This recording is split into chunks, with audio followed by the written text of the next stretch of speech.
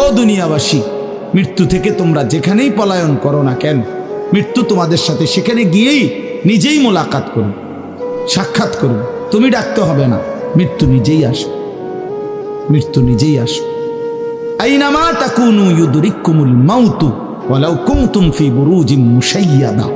আল্লাহ বলে, তুমি যদি এমন একটা বিল্ডিং বানাও, ঘর বানাও, যে ঘরটা অনেক উঁচা, যে ঘরটার উপর দিয়া কেউ ভিতরে ঢুকতে পারবে না, যে ঘরটার মধ্যে একটা ছিদ্র নাই, একদম আটকানো, তো এরকম একটা ছিদ্রবিহীন সুউচ্চ ঘরও যদি তুমি বানিয়ে তার ভেতরেও তুমি আশ্রয় নাও, তো ইউদরিকুমুল মাউতু, মৃত্যু তোমার সেখানেই পৌঁছবে,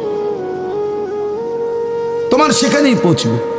প্রিয় ভাই আমার, বন্ধু আমার, নওজোয়ান সাথীরা আমার, মৃত্যু এক অনিবার্য বাস্তবতা, চিরন্তন বাস্তবতা। এটা গ্রহণ করতেই হবে। হাসলেও মরতে হবে, কাঁদলেও মরতে হবে, সুখেও মরতে হবে, দুঃখেও মরতে হবে।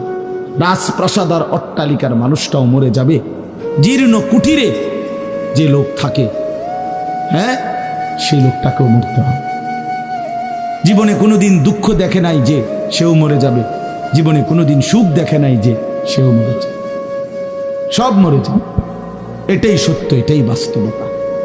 অতএব মৃত্যু এক অনিবার্য বাস্তবতা, এটা গ্রহণ করতেই হবে। এটা যদি আমরা মনে রাখি, আমাদের জীবন অনেক সুন্দর হইত, অনেক সুন্দর হইত। রাসূলুল্লাহ সাল্লাল্লাহু আলাইহি ওয়াসাল্লাম বলছেন, আকসিরু যিকরা হাদিমিল লাযযাত ইয়ানি আল মাউত। আল্লাহর নবী বলেন, আমার উম্মত, তোমরা বেশি বেশি ওই জিনিসটা স্মরণ করো যে জিনিস তোমাদের সমস্ত স্বাদ, আনন্দ, আহ্লাদ চিরতরে মিটাই দেবে, তোমারে চিরস্তব্ধ করে দেবে। জলজ্জান্ত মানুষটা আমাদের সামনে হাঁটতো, চলতো, উঠতো, বসতো, ঘুরতো, ফিরতো, হ্যাঁ, সেই মানুষটা মনে করেন আমার চোখের সামনে নাই, তার লাশ আমার সামনে, আহা সেই লোকটা স্তব্ধ। পৃথিবীর কত মানুষ কত আওয়াজ করতেছে, কত শোরগোল করতেছে, কিন্তু এই লোকটা হাতও নাড়ে না, পাও নাড়ে না, চোখও মেলে না, আর কিছুই করে না। এ কি আশ্চর্য বিষয়! চোখের সামনের এই মানুষটা নাই, কি হলো তার? কে তারে থামাই দিল? কে তারে স্তব্ধ করে দিল? এ তো আমার মতো ঘুরতো, ফিরতো, হাঁটতো। আহ, আমার আব্বারে আমি কত দেখছি, একদিন আমার আব্বা চলে গেল। আমার দাদারে আমি কত দেখছি, আমার দাদা একদিন চলে গেল। আমার জ্যাঠারে আমি দেখে আসছি, দোয়া করে আসছি, ফুঁ দিয়ে আসছি। এক সপ্তাহ পরে জ্যাঠা ইন্তেকাল করলেন, আবার এক সপ্তাহ পরে আমি গিয়া জ্যাঠার জানাজা পড়াইছি। এই তো বাস্তবতা। যুবক ভাই, তুমিও মনে রাখো, বয়স্ক বাবা আপনিও মনে রাখেন। হাসান বসরি রহমতুল্লাহ আলাইহি একজন বড় বুজুর্গ ছিলেন। উনি বলতেন, তিনি যখন কোনো যুবককে দেখতেন আর বয়স্ক দেখতেন, তো তিনি যুবকদেরকে বলতেন, ইয়া মা'শারাশ শাবাব ইন্না যারআ কাদ তুদরিকুহুল আহাতু ক্বাবলা আন ইয়াবলুগা। তিনি উপদেশ দিতেন, হে যুবকগণ শোনো, সব ফুল, সব ফল, সব গাছ চারা পরিপক্ক পাকা পর্যন্ত পৌঁছায় না, তার আগেই অগণিত ফুল, অগণিত ফল, অগণিত চারা গাছ ঝরে ঝরে। এটা উনি মনে করাইতেন মৃত্যুর কথা। উনি এটা বুঝাইতেন, যুবক তুমি দেখো, একটা আম গাছের মধ্যে যতগুলো মুকুল ধরছে ফুল, সবগুলো আম হয় না। যতগুলো আম ধরছিল ছোট ছোট, সবগুলো বড় পাকা পর্যন্ত যায় না, তার আগেই ঝরে যায়। ঝরেই যায় বেশি, থাইকা যায় অল্প। তার মানে যুবক, কিশোর, তরুণ এই বয়সেই মৃত্যু হয় বেশি, বৃদ্ধ পর্যন্ত পৌঁছে কম। পুরা বাড়িতে অনেক সময় এমন হয়, একজনও বয়স্ক লোক নাই, একজনও নাই। আমার ঘর, আমার বাপ চাচাদের যে ঘর, সেখানে আপনার এখন আমার চাচাতো ভাই, জ্যাঠাতো ভাই, আমার ভাই বেরাদর সব মিলাইয়া আমাদের ছেলে পেলে, ভাই ভাতিজা মিলে না হয়তো 60-70 জন আছি আমরা, কিন্তু আমাদের একজনও বয়স্ক লোক নাই। আমার দাদাও নাই, দাদিও নাই, জ্যাঠাও নাই, চাচাও নাই, আমার আব্বাও নাই, কেউ নেই। তাইলে কেন এমন হলো? তাহলে বোঝা গেল অধিকাংশই ঝরে যায়, কবরে চলে যায়, মৃত্যু হয়ে যায়। এই জন্য ধোঁকা না খাওয়া। আরেকটা হলো, বয়স্ক লোককে দেখলে উনি বলতেন, হাসান বসরি রহমতুল্লাহ আলাইহ, ইয়া মাশারা শুয়ুখ, হে বৃদ্ধগণ। উনি তাদেরকে জিজ্ঞাসা করতেন যে মা ইউনতাজারু বিসসারআই ইযা বালাগা, যখন কোনো ফসল পাইকা যায় তখন আর বাকি থাকে কি? কি বাকি থাকে? কাটা। কথা বলে না, কি বাকি থাকে? ক্বালু আল হাসাদ, বা কাটাটা বাকি থাকে, পাইকা তো গেছে। তার মানে আপনারা পাইকা তো গেছেন, বয়স তো হয়েই গেছে, আর শুধু মৃত্যুটা বাকি, আর শুধু মৃত্যুটা বাকি। তাইলে যুবককে বলতেন, তুমি ভেবো না তুমি বৃদ্ধ হবা, কারণ অসংখ্য ফুল তো আগেই ঝরে যায়, অসংখ্য ফল তো আগেই ঝরে যায়, অসংখ্য গাছ তো আগেই ঝরে যায়। আবার বৃদ্ধকে বলতেন যে আপনার তো আর কিছুই বাকি নাই, আপনি তো পাইকেই গেছেন, এখন শুধু কাটা, কবর, মৃত্যু ছাড়া আর বাকিটা কি? তাহলে মৃত্যু ভুলে না যাওয়া, মউত ভুলে না যাওয়া। রাসূলুল্লাহ সাল্লাল্লাহু আলাইহি ওয়াসাল্লাম বলেন, কাফা বিল মাউতে ওয়াইজান। নবীজি বলেন, কোনো মানুষ যদি মৃত্যুর কথা স্মরণ করে, তার ওয়াজের জন্য, নসিহতের জন্য এটাই যথেষ্ট, এটাই যথেষ্ট। আমরা কিতাবে পড়ছি, হযরত ওমর রাদিয়াল্লাহু তাআলা আনহু, এত বড় সাহাবী, উনি বলতেন, কুল্লা ইয়াউমিন ইউকালু মাতা ফুলান মাতা ফুলান ওয়ালা বুদ্দা মিন ইয়াউমিন ইউকালু মাতা ওমর। তিনি বলতেন, হায় শোনো, প্রতিদিন ঘোষণা হয় আজ অমুকের মৃত্যু হলো, অমুকের মৃত্যু হলো, অমুকের মৃত্যু হলো। অচিরেই একদিন ঘোষণা হবে আজ ওমরের মৃত্যু হলো, আজ ওমরের মৃত্যু হলো। উনি বলেন, এই ঘোষণা শুনবে খুব দ্রুত একদিন। এই জন্য বাপ, এই আমাদের ব্যক্তিগতভাবে প্রতিনিয়ত মৃত্যু হচ্ছে, ঠিক এভাবে আমরা তো মরছি, একদিন এই গোটা আলমের মৃত্যু হবে। এই গোটা সৃষ্টিটাই আল্লাহ তাআলা গুটায় ফেলেন। আচ্ছা, কি আশ্চর্য কথা, এটা কি অবাক করা। এক মিনিট যদি কেউ বিবেক দিয়া ভাবে, যারে বলে কি হুজুর, বলেন কি, এত বড় আসমান ভেঙে যাবে, এই সূর্য খসে পড়বে, চাঁদ খসে পড়বে। আল্লাহ তাআলা বলছে, ইযা সামাউন ফাতারাত, আসমান ভেঙে যাবে, ওয়া ইদাল কাওয়াকিবুন তাসারাত, তারকারাজি খসে খসে পড়বে, ইযা শামসু কুব্বিরাত ওয়া ইদাল কাওয়াকিবুন তাসারাত। আল্লাহ তাআলা বলছেন, সূর্যটা গুটায় ফেলা হবে, পাহাড়গুলো বালির মতো, তুলার মতো উঠতে থাকবে। ইদা রাজ্জাতিল আরদু রাজ্জা, এই জমিনের মাটিগুলো রেজা রেজা, পাউডার পাউডার হয়ে যাবে। ওয়া ইদাল বিহারু ফুজ্জিরাত, সমুদ্র, খাল, বিল, নদীর পানিগুলো সব টকবগে উতরাইয়া গরম হইয়া বাষ্পের মতো উড়ে যাবে। না কোথাও পানি থাকবে, না কোথাও গাছ থাকবে, না আসমান থাকবে, না জমিন থাকবে, কিছুই না। আচ্ছা, এটা কেমন কথা, এটা কেমন আশ্চর্য বিষয়। এই গোটা আলমের মৃত্যু হবে। আল্লাহ তাআলা কোরআনুল কারীমে বিশ্বাস করেন, অসংখ্যবার এই কথা এটা বলছে, এটা হবেই হবে। ইদা ওয়াকাতিল ওয়াকিআ, আল্লাহ বলেন এই ঘটনাটা ঘটবে। লাইসা লি ওয়াকাতিহা কাযিবা, এই ঘটনা মিথ্যা মনে করার মতো কেহ নাই। যেদিন ঘটে যাবে তখন আর কারো কোনো মিথ্যাবাদী আর থাকবে না, অর্থাৎ কেউ আর অস্বীকার করার সুযোগ হবে না। চোখের সামনে দিন, চোখের সামনে দিন। কোরআন শরীফে একটা সূরা আছে, সূরা হজ। ওই যে আমরা হজ করি না, এই হজ সূরাটার নাম। এই সূরার শুরুতে আল্লাহ তাআলা এই পৃথিবী ধ্বংসের, কিয়ামতের একটা সাংঘাতিক বর্ণনা দিয়েছেন। ওইখানে আছে, আল্লাহ বলেন, ইয়া আইয়ুহান নাসু তাকু রাব্বাকুম, হে মানুষ তোমরা আল্লাহকে ভয় করো। আর শুনো, ইন্না জালজালাতাস সাআতি শাইউন আযীম, নিশ্চয়ই কিয়ামতের ভূমিকম্প, জালজালা, এই যে বললাম জিলজাল এবং জালজালা অর্থ ভূমিকম্প। আল্লাহ বলেন কিয়ামতের ভূমিকম্প, ইসরাফিল যখন ফু দিবে, আমার এই পৃথিবী যখন ভাঙতে শুরু করবে, এই সৃষ্টি জগৎ পুরাটা যখন আমি আল্লাহ গুটায় ফেলবো, ওয়াস সামাওয়াতু মাতবিয়াতুম বিয়ামিনি, আল্লাহ বলেন 7 আসমান আমি আল্লাহ তাআলার হাতের মধ্যে গুটায় ফেলব। গুটায় ফেলব। তুমি জানো না আমার ক্ষমতা। কুল্লু মান আলাইহা ফান ওয়া ইয়াবকা ওয়াজহু রাব্বিক, সব শেষ করে দেব আমি, শুধু আমি আল্লাহই থাকব, শুধু আমি আল্লাহই থাকব। তো আল্লাহ তাআলা বলেন এই ইসরাফিল ফু দিলেই, শুরু করলেই জমিনে ভূমিকম্প শুরু হবে।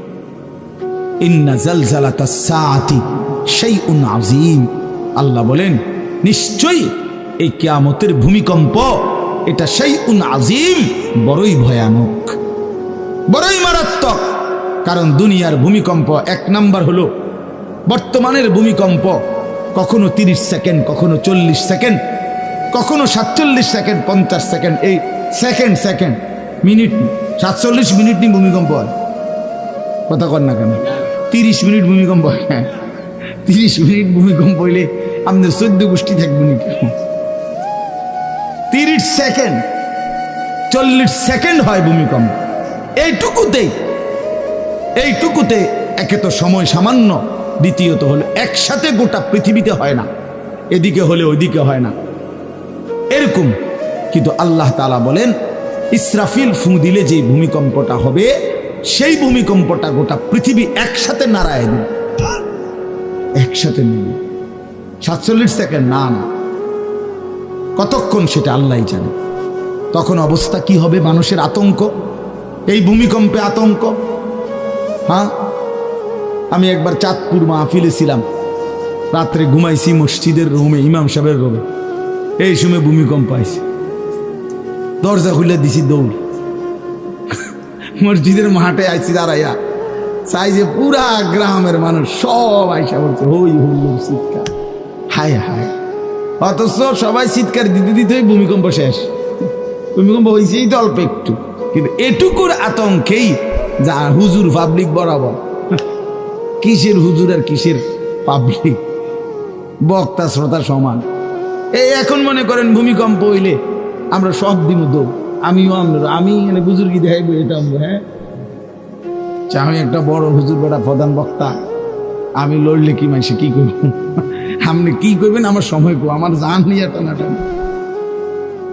আল্লাহু আকবার। তো এই সামান্য ভূমিকম্প, কিন্তু আল্লাহ তাআলা বলেন ইসরাফিল সিংহা ফু দিলে যে ভূমিকম্প হবে বান্দা, সেটা বড়ই ভয়ানক, সেটা সারা পৃথিবী নড়বে একসাথে। তখন কি হবে? মানুষের আতঙ্ক। ইয়াউমা তারাউনাহা তাযহালু কুল্লু মুরদিআতিন আম্মা আরদাআত। এই 1 নম্বরে আল্লাহ বলেন যে মা তার বাচ্চাটাকে দুধ পান করাইতেছিল, এই কোলের বাচ্চা, দুধের বাচ্চা, আপন মা তার দুধের বাচ্চা ভুলে যাবে, ফেলে দিবে, ছুঁড়ে মারবে, আর মা পাগলের মতো দৌড়ানো শুরু। কোরআন শরীফের আয়াত। ওয়াতাদাউ কুল্লু যাতি হামলিন হামলাহা। এবং আল্লাহ তাআলা বলেন যে মায়ের পেটের বাচ্চা 10 মাস পূর্ণ হয়ে গেছে, আগামী 2 ঘন্টা 5 ঘন্টা পরে বাচ্চাটা এমনিতেই প্রসব হইতো। আল্লাহ তাআলা বলেন ইসরাফিলের ফু দিলে জমিন যখন কাঁপতে শুরু করবে, তো এই গর্ভধারিণী মা, গর্ভবতী নারী পাগলের মতো এভাবে ছুটবে, দৌড়বে, নিজের গর্ভের বাচ্চা নিজে নিজেই পড়ে যাবে। ওয়াতারান্নাসা সুকারা, আল্লাহ বলেন মাতালের মতো সমস্ত মানুষগুলো ছুটতে থাকবে। ফাইদা বারিকাল বাসার ওয়া খাসাফাল কামার ওয়া জুমিআ আশ-শামসু ওয়াল কামার। আল্লাহ তাআলা বলে চন্দ্র সূর্য আলোহীন হয়ে যাবে, সূর্য চন্দ্র এক হয়ে যাবে। ওয়া জুমিআ আশ-শামসু ওয়াল কামার ইয়াকুলুল ইনসানু ইয়াওমাইদিন আইনাল মাফার। লোকেরা দৌড়বে আর ছুটবে, মানুষ একে অপরকে জিজ্ঞেস করবে ভাইয়া পালাবো কোথায়, দাঁড়াবো কোথায়? কোথাও তো স্থির কোনো জায়গা নাই, কোথায় দাঁড়াবো? আল্লাহ তাআলা বলেন কাল্লা লা ওয়াজার, না বান্দা, সেদিন আর কোথাও জায়গা মিলবে না। ইলা রাব্বিকা ইয়াওমাইদিনিল মুস্তাকার, আজকে শুধুই কেবল তোমার আল্লাহর কাছেই আশ্রয় ঠিকানা। এভাবে বহু আয়াত কোরআনুল কারীমের মধ্যে আল্লাহ তাআলা বর্ণনা করছেন। আমার ভাই, তো এই ইসরাফিলের ফু দিলে গোটা আলমের মৃত্যু হবে, ভূমিকম্প শুরু হবে। তো এই ভূমিকম্প কেন হবে? এই কাঁপতে কাঁপতে সমস্ত কিছু ভাঙ্গা একসাথে এই সব কিছু আল্লাহর সৃষ্টি সমস্ত কিছুই জমিনের তলদেশে চলে যায়। জমিন তখন খালি ফাঁকা, জমিনে তখন কিচ্ছু নাই, কিচ্ছু একটা সুতা মাটির উপরে থাকবে। এই প্রথমবার ইসরাফিল ফু দিলে সমস্ত কায়নাত, ইনসান, জিন, আল্লাহর সমস্ত সৃষ্টি মাখলুকাত সব জমিনের তলদেশে চলে যায়। মানুষও, জিনও, অর্থ সম্পদ, স্বর্ণ, রৌপ্য, মণি, মুক্তা, হীরা, জহরত সব সব সব একটা কাগজের অস্তিত্ব, সব কিছু, গোটা জমিন ফাঁকা। এভাবে কতদিন আল্লাহ জানে, কতদিন আল্লাহ জানে। হ্যাঁ মা ভাই, এরপরে একটা নির্দিষ্ট সময় পরে আবার আল্লাহ তাআলা ইসরাফিলকে জীবিত করবেন, করে আবার আল্লাহ তাআলা দ্বিতীয়বারের মতো ফু দিতে বলবেন। এই দুই ফুঁয়ের মাঝখানে কতদিন? নবী সাল্লাল্লাহু আলাইহি সাল্লামের এক হাদিসের মধ্যে বলছে 40। সাহাবীরা ব্যাখ্যা করছেন, মুহাদ্দিসিন, সেই 40টা হতে পারে 40,000 বছর। 40,000। এই জন্য বাপ একটা কথা হলো, সর্বশেষ যেই লোকটা কবরে যাবে, শেষ যেই ব্যক্তি মরবে পৃথিবীতে, হতে পারে তাকেও শুধু কবরেই থাকতে হবে 40,000 বছর। 40,000 বছর। এরপরে তো আখিরাত। এই 40,000 বছর যদি কবরে আযাব হয়, 40,000 বছর যদি কবরে আযাব হয় ভাই, তখন কি হবে? এবার ভেবে দেখেন, এখন যারা কবরে যাচ্ছে, হ্যাঁ, নূহ আলাইহিস সালামের জামানায় যারা মারা গেছে, ইব্রাহিম আলাইহিস সালামের জামানায় যারা মারা গেছে, নবীজি সাল্লাল্লাহু আলাইহি সাল্লাম তো 1,500 বছর আগে ইন্তেকাল করছেন, 1450 বছর আগে। তো ওই সময়ে যারা মারা গেছে তারা কবরে পড়ে আছে আজকে 1,500 বছর, 1,500 বছর, 1500 বছর। তাহলে নূহ আলাইহিস সালামের জাতি কত বছর থেকে পড়ে আছে? কোথায় নূহ নবী, কোথায় আমাদের নবী? কত ব্যবধান! এই জন্য বাপ, শুধুমাত্র কবরের বিষয়টাই তো সাংঘাতিক, আখিরাত তো পড়ে। শেষ ব্যক্তিটাও যদি কবরে থাকতে হয় 40,000 বছর, তো এখনকার মানুষগুলো আছে কত কাউ। এই যার কবরে আযাব হচ্ছে, আহা বাপ, সে কি পরিমাণ কষ্ট পাচ্ছে ভাই ভাই।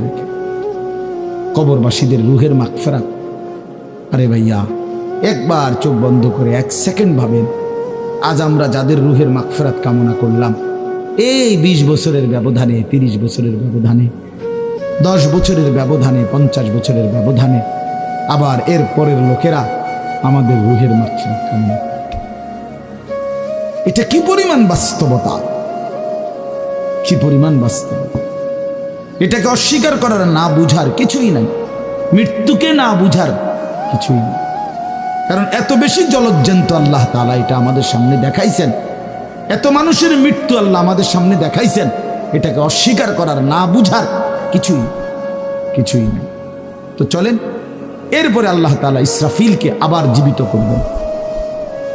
জীবিত করে আল্লাহ তাআলা ইসরাফিল আলাইহিস সালামকে বলবেন, ইসরাফিল আবার তুমি সিংহায় ফু দাও। এইবার যখন সিংহায় ফু দিবে, তখন ইসরাফিল আলাইহিস সালামের এই দ্বিতীয় ফুতে আবার ভূমিকম্প শুরু। আবার কি শুরু হবে? ও মাঝখানে ভাই, ওই ছেলে অপদার্থ, কথা বলো না, হাসাহাসি করো না, কারো কথা বাকি থাকলে, দুষ্টামি বাকি থাকলে উঠে চলে যাও, বাহিরে আলাদা জায়গা আছে। গাফেল সন্তান কোনো কিছুতেই যাকে কোনো আসর করে না। আহা, আপনারা জানেন না, আপনাদের এক এক ছেলের অবস্থা হলো কলিজাটা পাথর হয়ে গেছে, কোনো কিছুই তার কলিজা নাড়ায় না। এত শক্ত জানোয়ার যে খোদার 365 দিনে কোনো দিন ফজরের নামাজ পড়ে না, একদিনও না। মানুষের বাচ্চা এত বড় জানোয়ার হয় কেন? আরে তুই কোন মানুষের বাচ্চা? তুই কোন মার দুধ খাইলি? নাফরমান, কেমনে মানুষ হইল? এটা কি ধরনের মানুষ? একদিনও নামাজ পড়ে। ছি ছি ছি ছি ছি, মুসলমানের বাচ্চা এত বড় জানোয়ার হয় কেন? কোনদিন নামাজ পড়ে না, 6 মাসে 9 মাসে কোনদিন বলতে পারবে না নাফরমান। কোনদিন 5 ওয়াক্ত নামাজ পড়ছে কিনা। হায় হায়, এত বড় অসভ্য। মায়ের সন্তান হয় কেন? বাবার সন্তান হয় কেন? চিন্তা কর। কোনো কিছুই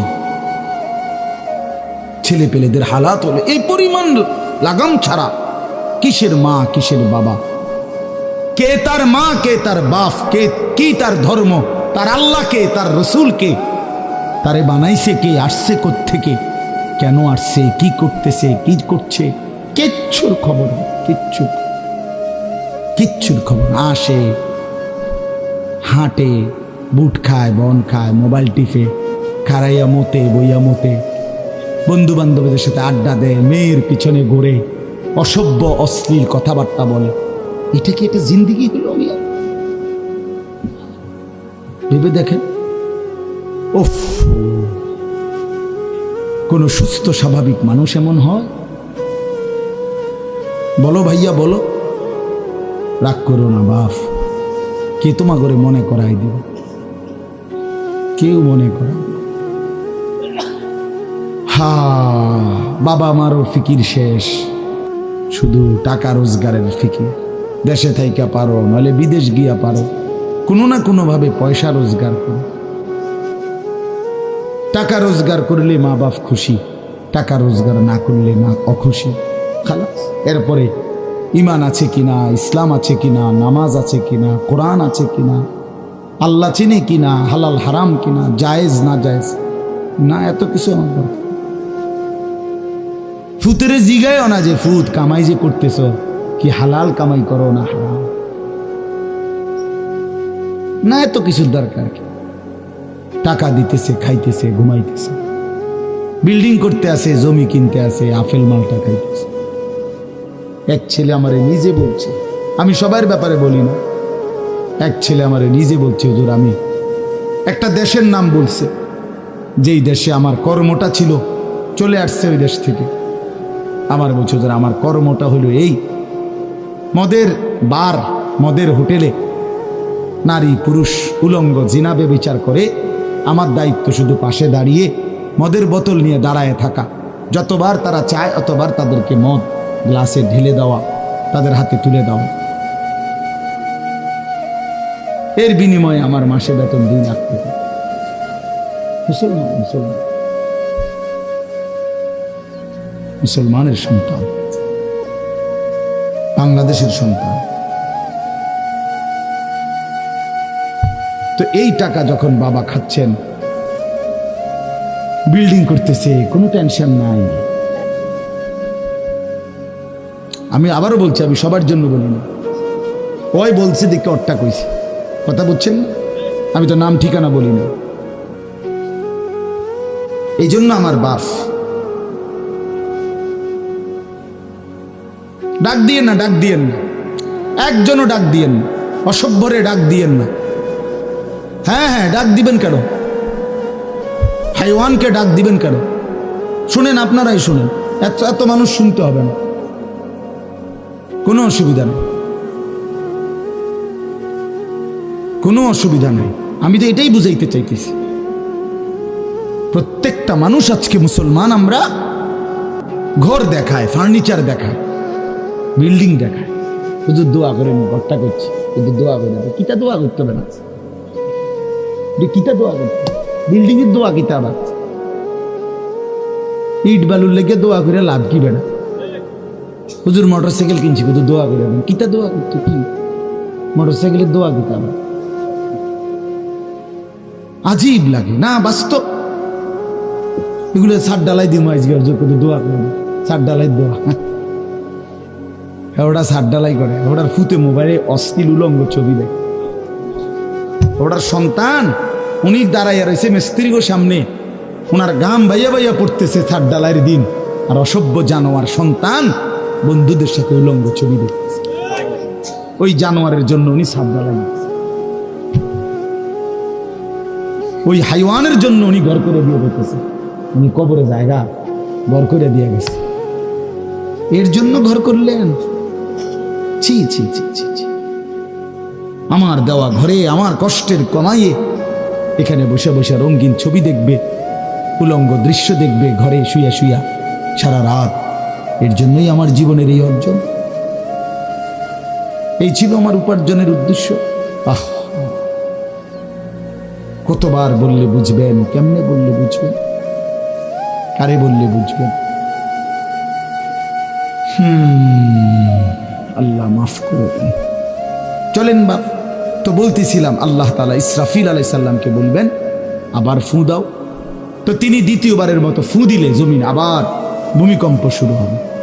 এই ভূমিকম্পে জমিন কাঁপতে কাঁপতে এইবার জমিনের তলদেশে ওই প্রথমবার ফু দেওয়াতে ভূমিকম্প কাঁপতে কাঁপতে সব উপরে যা ছিল সব নিচে চলে গেছে। মনে আসেনি এটা কইছি?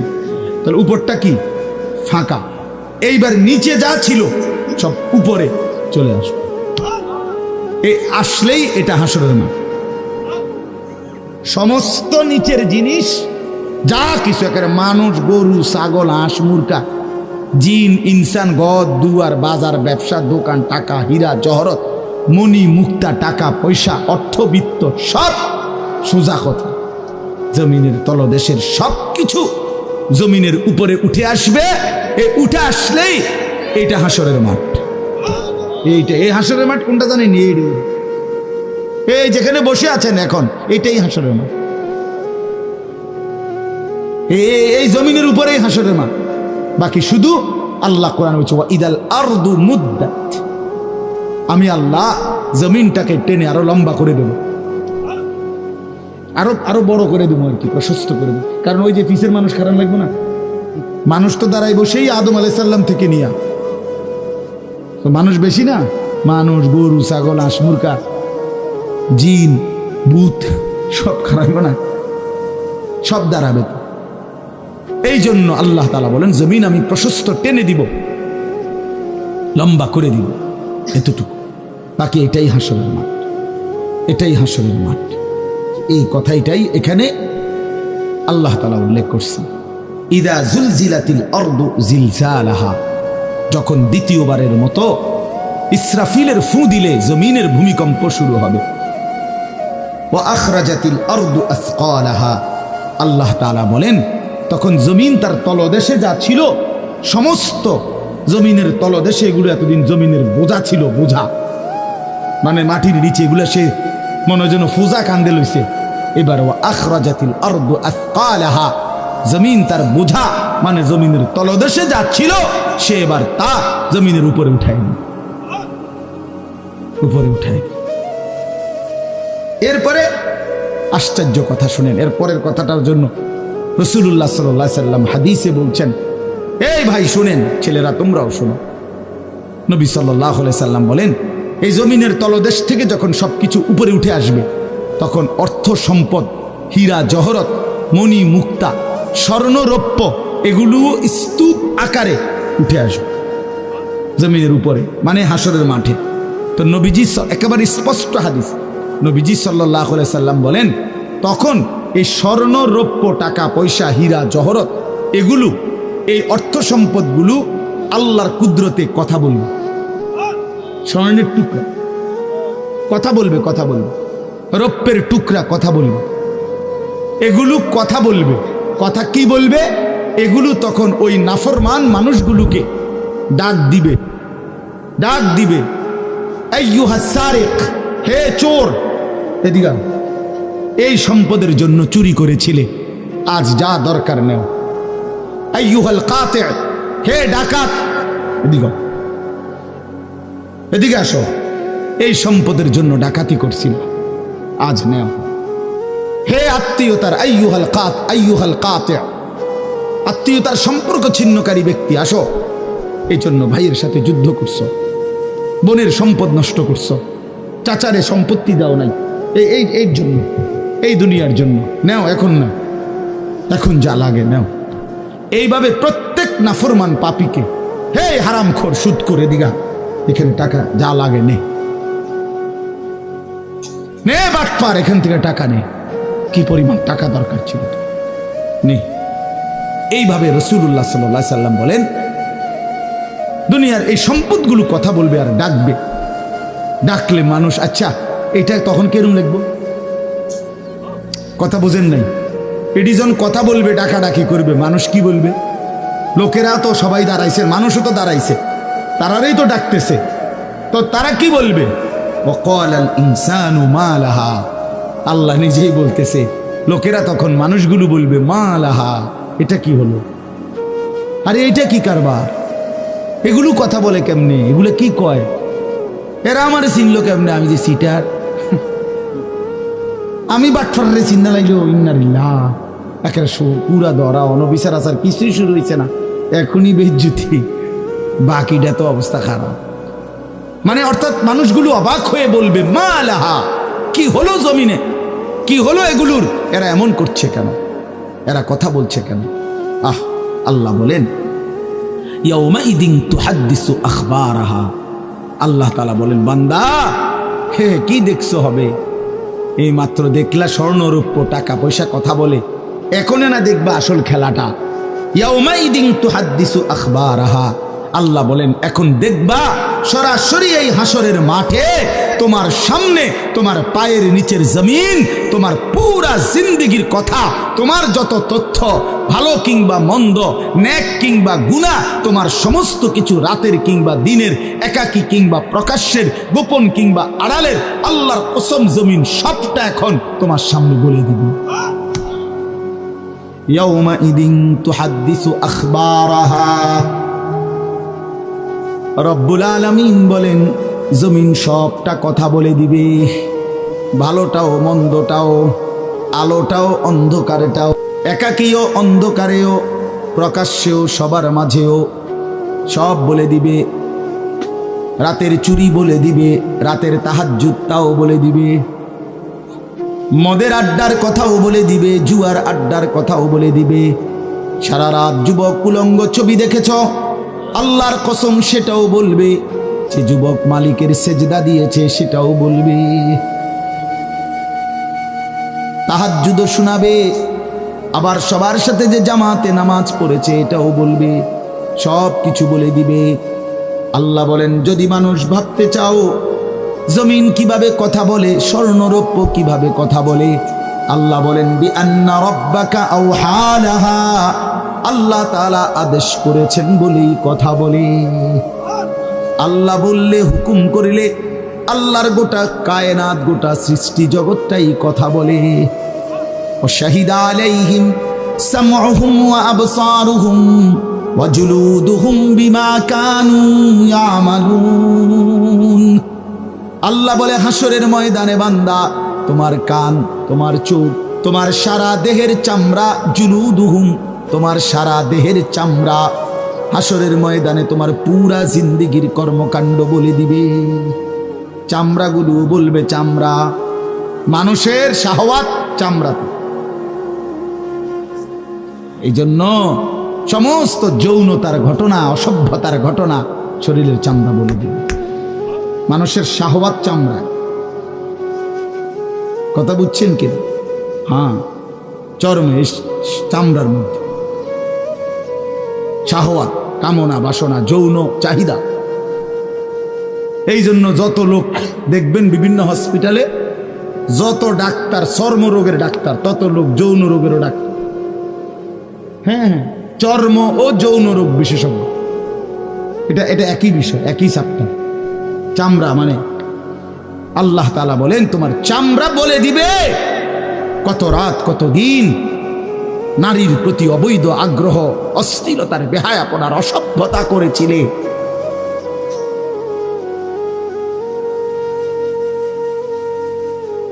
হায় হায়,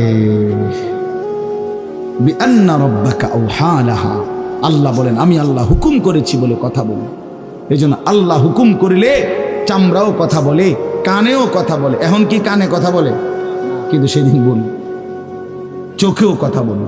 এখন চোখ কথা বলে না, মানে সব কিছুর জবান খুলবে, সব কিছু।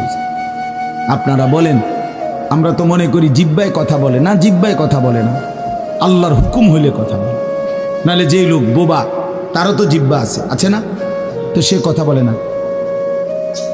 যেই লোক কানে শুনে না, তো তার কি আপনার এইভাবে কান বলতে কিছু নাই, তো সে শুনে না কেন, কথা বলেন না কেন?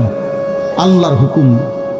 যার চোখ, যে চোখে দেখেন, এই যে জুয়েল ভাই, আমি মূলত তার মহব্বতেই মাহফিলটা দিছি। তো এই যে দেখে না, তো তার এভাবে তো চোখ আছে, সে দেখে না কেন? আল্লাহ তাআলার হুকুম নাই বলে দেখে, ঠিক কিনা বলেন না কেন? মজার বিষয় হলো রাসূলুল্লাহ সাল্লাল্লাহু আলাইহি সাল্লাম হাদিসে স্পষ্ট বলেছেন, বিশ্বাস করেন, একেবারে বিশুদ্ধ হাদিস, আল্লাহ তাআলা তার দুইটা চোখ নিয়ে গেছে। নবীজি বলছেন, সে যদি সবর করে আল্লাহর হুকুমের উপরে চলতে পারে, রাসূলুল্লাহ সাল্লাল্লাহু আলাইহি সাল্লাম বলেন, আল্লাহ তাআলা তাকে এই দুইটা চোখ নিয়ে যাওয়ার কারণে, অন্ধ বানানোর কারণে সে যে সবর করলো, আল্লাহ রসুল বলছেন আল্লাহ তাআলা নিশ্চিত তাকে জান্নাত দান করবে। এই জন্য তুমি ভাই সবর করো। মালিকের এই দুনিয়া দেখতে পারলা না, তো অপেক্ষা করো, একদিন জান্নাত দেখবে, জান্নাতের হুর দেখবা, তো আরো মজা হবে যে আমি প্রথমেই জান্নাতি দেখলাম, জান্নাতি দেখলাম। যা মালিক, দুনিয়া দেখলাম না তোমার, তুমি আমারে জান্নাত দেখাই। আল্লাহ তৌফিক দান করুন। ইয়াউমাইদিন ইয়াসদুরুন নাসু আশতাতান লিয়ুরাউ আ'মালাহুম, আল্লাহ বলেন তখন দলে দলে ফেরেশতারা মানুষগুলোকে লাইনবদ্ধ, সারিবদ্ধ করে দলে দলে বানাবে। লোকেরা পরস্পর, প্রত্যেকটা মানুষকে ফেরেশতারা আলাদা আলাদা গ্রুপ বানিয়ে দেবে হাসরের ময়দানে। তখন প্রত্যেকে এই গ্রুপে গ্রুপে, দলে দলে লিয়ুরাউ আ'মালাহুম, নিজেদের আমল নামা, নিজেদের আমল দেখবার জন্য সামনে এগিয়ে যাবে। অর্থাৎ প্রত্যেককে তার আমল নামা দেখবার জন্য, দেওয়ার জন্য নির্দিষ্ট জায়গায় নিয়ে আসবে। নেওয়ার পরে সেখানে প্রত্যেকের ফাইল, প্রত্যেকের খাতা, আমল নামা তার হাতে তুলে দেওয়া হবে। দিলেই সে দেখবে। আল্লাহ বলতেছেন, ফামান ইয়ামাল মিসকালা যাররাতিন খায়রান ইয়ারা, এক বিন্দু, এক অণু পরিমাণ, পরমাণু পরিমাণ, সামান্য থেকে সামান্য পরিমাণও নেকি, কল্যাণ, তাও তুমি দেখতে পাবা। ওমান ইয়ামাল মিসকালা যাররাতিন শাররান ইয়ারা, বিন্দু থেকে বিন্দু মন্দ যা করেছিলে তাও তুমি দেখতে পাবে। এক জাররা, মূলত জাররা বলে তাফসীরের মধ্যে লিখছে লা ওয়াজনা লাহু লা জিনাতা লাহা, যেটার কোনো ওজন হয় না, এত সামান্য, এত সামান্য, ওজন নাই, মানে 100 গ্রামও না, 10 গ্রামও না, 1 গ্রামও না, আধা গ্রামও না, এত সামান্য, এটা কোনো ওজন নাই, ওজন নাই, ওজন আসে না আর কি, ওজনে হয় না, এরে বলে জাররা। তাফসীরের মধ্যে লিখছে, কোনো ব্যক্তি, হযরত আব্দুল্লাহ ইবনে আব্বাস বলেন, কোনো ব্যক্তি যদি মাটিতে এমনি হাত মারে, মানে হাত লাগাই আবার উঠাই লাইছে, তখন এই যে বালুগুলো লাগছে, এই বালুর যেগুলো হাত থেকে ঝরে পড়ে কণা, এগুলো তার চাইতে সামান্য এক জাররা। আমার উস্তাদ বলছিলেন ছাত্র জীবনে আমাদেরকে, যে মানুষ যে কাপড় ধুইয়া চিপে, কাপড় এমনি চিপ্পা রৌদ্রে দেয় না, মানে চিপ্পাই তো ফানি ফেলায়, তো কাপড় চিপ্পা সাইরা মানুষের একটা স্বভাব হইল রৌদ্র দেওয়ার আগে এটার একটা ঝাড়া মারে, লুঙ্গিটারে একটা আগে কি মারে, ঝাড়া দিয়া এরপরে দেয়। এই যে লুঙ্গিটা ঝাড়া দিলে যে ছোট্ট ছোট্ট পানির ফোঁটা ছিটকাইয়া পড়ে, এই ফোঁটা, এগুলো পিচ্ছি পিচ্ছি, এগুলো এক একটা জাররা, অথবা তার চাইতে ছোট। এটার ওজন আসবে না, এটা 1 গ্রামও হবে না, আধা গ্রামও হবে না। এই সামান্য ভালোটাও তুমি দেখবা, মন্দটাও দেখবে। কেমনে আড়াল করবেন ভাই? নিজেকে আড়াল করবেন কেমনে? বাপ যুবক, তুমি কেমনে আড়াল করবা? কোরআন শরীফে আছে, আল্লাহ বলেন, ইয়াউমা তুবলাস সারাইর, বান্দা আমি হাসরের ময়দানে তোমার অন্তরের গোপন বিষয়গুলো, যেগুলো কেউ শুনে নাই, তুমিও বলো নাই, শুধু মনে মনে কল্পনা করছিলা ভালো কিংবা অসৎ, সেগুলো হাসরের ময়দানে তোমার সামনে খুলে দেব। হ্যাঁ, আফালা ইয়ালামু ইযা বু'সিরা মা ফিল কুবুর ওয়া হুসিলা মা ফিস সুদূর। আল্লাহ তাআলা বলেন, এই বুকের ভিতরে, অন্তরের ভিতরের যেই কথাগুলো, সেগুলো খুলে দেব। এই জন্য আজকে আমার কথা এখানে শেষ। আমি এতটুকু কথাই বলতে চাই, এই ৯৯ নম্বর সূরাটা আমাদেরকে এই কথার সবক দিচ্ছে যে আমরা আমাদের জিন্দেগির ১ সেকেন্ড একটি নিঃশ্বাস আড়াল করবার সুযোগ নেই। হিসাব দিতে হবে, হিসাব দিতে হবে। ১ মিনিট, ১ সেকেন্ড, ১ পলক, ১ লাম্হা, ১ মুহূর্ত আমাদের আড়াল করবার সুযোগ নাই ভাই। ভালোটার প্রতিদানও নিতে হবে, মন্দটারও প্রতিদান নিতে হবে। তাইলে কেন জীবন নষ্ট করব, কেন হায়াত নষ্ট করব? আমার অনুরোধ রইল, যতগুলো যুবক ছেলে আছো ভাই, তোমাদের কাছে অনুরোধ, মৌলানা কথা বলবে, এরপরে আরও একটু বয়ান হলে এরপরে দোয়া হবে, কিন্তু আমার মাঝখান দিয়ে এই কথাটাই আমি অনুরোধ করে বললাম, প্রত্যেকেই দয়া করে আল্লাহর ওয়াস্তে নিজের জীবনের কদর করো ভাই। আমার এটাই শেষ কথা। যুবক ছেলেরা, তুমি আমার সাথে এখন যাইবা না, আমিও তোমার সাথে যাব না। এই দুনিয়াও যেমন আমি আলাদা চলে যাচ্ছি, আপনারাও আলাদা চলে যাবেন, কিন্তু বাস্তব কথা হলো আমি আপনি প্রত্যেকে আলাদা আলাদা কবরে আখেরাতে আল্লাহর সামনে মুখোমুখি হতে হবে। এই জন্য হাত জোর করে অনুরোধ করছি ভাই, নিজেরে নষ্ট করো না। একটা ছেলেও যদি বুঝো, আমার অনুরোধ রইল তোমার প্রতি, তুমি নষ্ট হইও না, চরিত্রহীন হইও না, তুমি হায়াতটা শেষ করে দিও, কষ্ট পাইবা। এই নারী ছবি, অশ্লীল দৃশ্য, উলঙ্গপনা, বেহায়াপনা, এই জেনা ব্যভিচারের দৃশ্য, এগুলো দেখো না। চেষ্টা করো 5 ওয়াক্ত নামাজ পড়তে, 5 ওয়াক্ত নামাজ পড়তে হিম্মত করলে পারবা ভাই। পেশাব পায়খানার পরে টয়লেট পেপার ব্যবহার করো, পানি ব্যবহার করো, দেখবা শরীর পবিত্র থাকলে আল্লাহর ইবাদত করতেও মন চাই। মূলত মানুষ অনেকের যাদের নামাজ ছুটে যায়, তাদের একটা বড় কারণ হলো তার শরীর অপবিত্র, শরীর নাপাক, আর নাপাক দেখে নেক কাজের তামান্না, আগ্রহ জাগে না।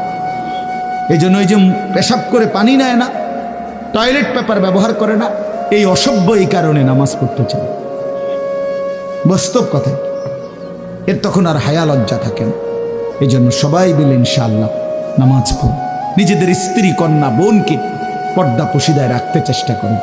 যে মেয়েটার পর্দা নাই, যে মহিলার পর্দা নাই, বিশ্বাস করেন যে তার নিজের ইজ্জত, নিজের কদর, নিজের সতীত্ব, নিজের পর্দার কদর বোঝে না, এটা কোনো নারী না, এটা কোনো মহিলা না, এটা প্লাস্টিক জাতীয় কিছু হইতে, এটা এক ধরনের প্লাস্টিক, এটা এক ধরনের অসভ্য।